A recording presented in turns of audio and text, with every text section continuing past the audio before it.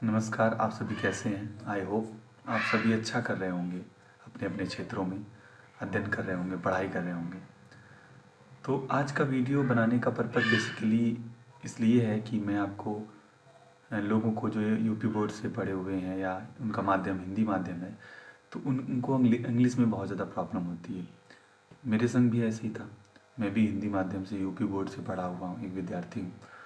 और मैं सरकारी स्कूलों में पढ़ा हूँ, 15 रुपया 10 रुपया फीस दे करके पढ़ा हुआ हूँ।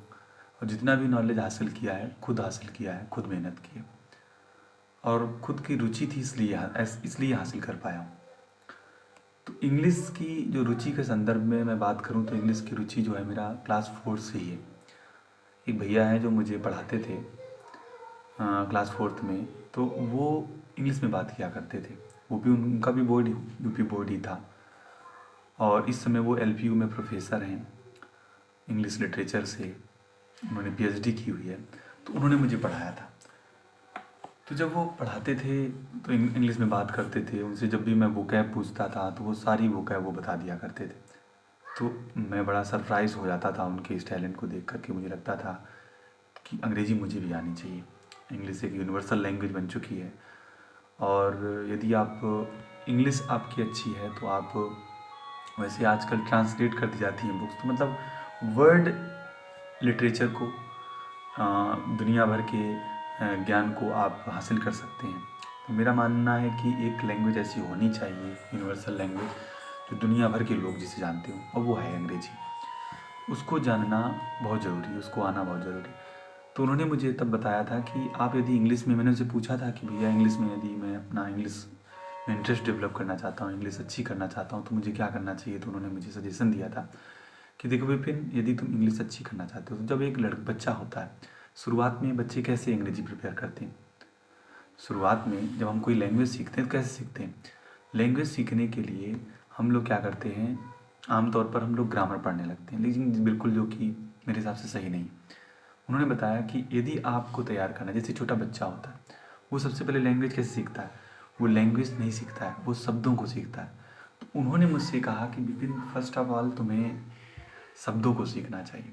इसलिए उन्होंने मुझे रिकमेंड की डिक्शनरी, जो कि ये देख सकते हो उसकी हालत से ये बहुत साल पुरानी है। क्लास 4th या 5th में मैं था तब ये मैं डिक्शनरी लाया था ऑक्सफोर्ड की। ये तब 160 रुपये 150 रुपये की मिलती थी। और मैंने इसको रटना चालू कर दिया, मैंने इसको पढ़ना चालू कर दिया। और आप मानोगे नहीं, लगभग मैं 5 साल में इसको मैं पूरी तरीके से रट लिया था। क्लास 9th में आते आते मैं खुद हिंदी निकाल लेता था अंग्रेजी जब पढ़ता था। ऐसे मेरी इंग्लिश सही हुई। अब आप इसमें यदि देख सकते हो पीछे कुछ मीनिंग लिखी हुई है, बहुत पुरानी मीनिंग लिखी हुई है, इसी में मैंने लिखी है। इसमें यदि मीनिंग देखोगे आप तो इतनी मतलब सरल सरल मीनिंग मैंने लिखी हुई है याद करने के लिए कि मैं आपको बता नहीं सकता। मैंने सब लिटरली मतलब शब्दों को ही पढ़ना चालू किया। यदि आप यहाँ देखोगे मैंने जैम की स्पेलिंग लिखी हुई है। व्हीट मीन गेहूँ होते हैं, उसकी मीनिंग यहाँ मैंने लिखी है। मुझे नहीं मालूम था कि व्हीट मीन गेहूँ होता है। पिकल मीन अचार होता है, ठीक है। ग्रेन मतलब अनाज होता है, मतलब वे मीन मट्ठा होता है ना। और यहाँ पर ग्रांड फादर तक की मीनिंग यहाँ पे लिखी हुई है। सीड मीन छलनी की लिखी हुई है। और सारी की सारी राशियों की स्पेलिंग लिखी हुई है यहाँ पर। लियो मतलब सिंह, लिब्रा, तुला, मार्स हो गया ना, ये देख रहे हो सब। एरीज हो गया, एक्वेरीज हो गया। तो मैंने इनको पढ़ना चालू किया, इसको पढ़ना चालू किया। और फिर जब मैं अपना तैयारी के फेज़ में आया तब मुझे थोड़ा एहसास हुआ कि अंग्रेजी को जो है ना हम लोग 3 तरीके से बांट सकते हैं। पहला तो तरीका है, पहला तो वोकैब, दूसरा होगा ग्रामर, तीसरा होगा कम्प्रीहेंशन। तो सबसे पहले वोकैब के लिए मैंने बताया कि मैंने डिक्शनरी प्रिपेयर की। फिर जब मैं थोड़ा और एडवांस लेवल पे आया तो मैंने इसके बारे में सुना, इस बुक के बारे में, Word Power Made Easy, Norman Lewis की। इसको मैंने पढ़ना चालू किया। इसको मैंने कम से कम मैं 2 या 3 बार पढ़ा। तो इसकी बुक है बहुत अच्छी, बहुत एडवांस लेवल की। फिर इसके बाद मैंने ब्लैक बुक के बारे में नाम सुना, तो मैंने ब्लैक बुक पढ़ना चालू किया। इसको भी मैं रट चुका हूँ पूरी तरीके से, मुझे रटी हुई है लगभग 90% मुझे आती है ये। मैंने इसको रट डाला है। तो इंग्लिश की वोकैब के लिए मैं बता रहा हूँ। और वोकैब के लिए इससे मैंने कुछ इम्पोर्टेंट मतलब मीनिंग लिखी हुई थी। जब मैं छोटा था तब लिखता चला आया था। ये मेरी डायरी है तब की, ये देख रहे हो, ये तब की डायरी है। जब उसको मैंने सुरक्षित रखा हुआ है। लगभग देख रहे हो पन्ने इसके सारे फट गए हैं। और तब से मैंने इसको सुरक्षित रखा हुआ है, इसकी मीनिंग को। तो इसमें जो भी इम्पोर्टेंट मीनिंग है मैंने उन मीनिंग्स को इसमें संजो के रखा है। देखो, देख रहे हो ये, तो वो मीनिंग है। इनको भी मैं कभी कभी अपना ज़्यादा कदा मैं ओकेजनली इसको रिवाइज करता रहता हूँ। तो वो कैब के लिए तो इतना हो गया। और मैंने ग्रामर की बात करें तो ग्रामर के लिए मैंने ये नीतू मैम की, इसको मैंने पढ़ा, इसको मल्टीपल टाइम पढ़ा है, 8-10 बार मैं इसको पढ़ चुका हूँ। ठीक है, और ये किसी एक वॉल्यूम 2 है, इसको भी मैंने पढ़ा है। ठीक है, अब जब मिरर जो है, मिरर को कैसे कंट्रोल करना, मिरर के लिए मैं मतलब कॉमन एरर के लिए मैं ये लाया था बुक, इसको मैंने पढ़ा। तो जब भी मैं मतलब पढ़ता हूँ कंप्रीहेंशन के लिए मैंने न्यूज़पेपर पढ़ना चालू कर दिया था। तो मैं लगभग 2015 से 2020 तक 4 से 5 साल तक मैंने न्यूज़पेपर लगातार खरीदा। इंडियन एक्सप्रेस, द हिंदू और द टाइम्स ऑफ इंडिया, ये सारे न्यूज़पेपर पढ़ता रहा। और मुझे क्लास 6 से लेकर के 12 तक एनसीईआरटी पढ़ी, बच्चों की कोई किताबें अंग्रेजी मिल जाती थी उनको पढ़ा करता था। तो काफ़ी इंटरेस्ट था, काफ़ी मज़ा आता है अंग्रेजी में, कोई चीज़ मिल जाती है तो मुझे सच में इंग्लिश से बहुत ज़्यादा लगाव है। मतलब इसको मतलब वैसे ना लें कि हिंदी से लगाव नहीं, हिंदी हमारी माँ है, मातृभाषा है, जिसमें हम अपने आप को एक्सप्रेस कर पाते हैं। तो यदि एक माध्यम है, एक टूल है, एक माध्यम है, और वो हमारी माँ के समान है।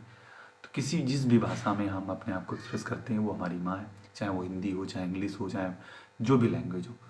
यदि एक वो हम अपने आप को एक्सप्रेस कर पा रहे हैं तो वो एक डिवाइन है, वो एक बहुत बड़ी खोज है, और वो हम ईश्वरीय है एक तरीके से कह सकते हैं। तो ये तरीका है इंग्लिश पढ़ने का। यदि आप कॉम्पिटिटिव एग्ज़ाम के लिए प्रिपेयर कर रहे हो तो देख सकते हो आप, इनको मैंने प्रिपेयर किया है, इनसे मैंने प्रिपेयर किया है।